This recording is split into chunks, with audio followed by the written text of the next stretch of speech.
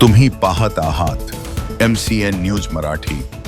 वाशिम जिल्हा रुग्णालयातील सोनोग्राफी सेवा सध्या गंभीर अडचणीत सापडली आहे। तपासणीसाठी येणाऱ्या रुग्णांना तब्बल 4 दिवसांची प्रतीक्षा करावी लागत असून याचा सर्वाधिक फटका गर्भवती महिला, अपघातग्रस्त आणि गंभीर आजारांनी त्रस्त रुग्णांना बसत आहे।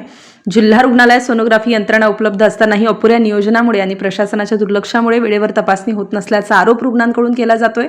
OPD मध्ये डॉक्टरांनी तपासणी लिहून दिल्यानंतरही रुग्णांना अनेक तास ताटकळत ठेवलं जातं आणि अखेरीस 4 दिवसांनंतरही तारीख जी आहे ते 4 दिवसानंतरची दिली जात असल्याने रुग्णांना मात्र मनस्ताप सहन करावा लागतोय।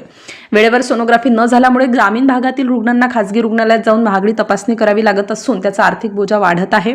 विशेषतः गर्भवती महिलांसाठी ही अत्यंत गंभीर बाब असून आई आणि बाळाच्या आरोग्याला धोका निर्माण होत आहे। या प्रकरणात आरोग्य अधिकाऱ्यांचे दुर्लक्ष स्पष्टपणे दिसून येत आहे। जिल्हा शल्य चिकित्सक व आरोग्य प्रशासनाने तात्काळ हस्तक्षेप करून सोनोग्राफी सेवा सुरळीत करावी, अतिरिक्त कर्मचारी नेमावेत आणि तपासणीची वेळ वाढवावी अशी मागणी नागरिकांकडून करण्यात येत असून मागणी पूर्ण न झाल्यास ग्रामस्थांनी आंदोलनाचा इशारा दिला आहे। MCN न्यूज मराठीकरिता विश्वास कुटे, वाशिम।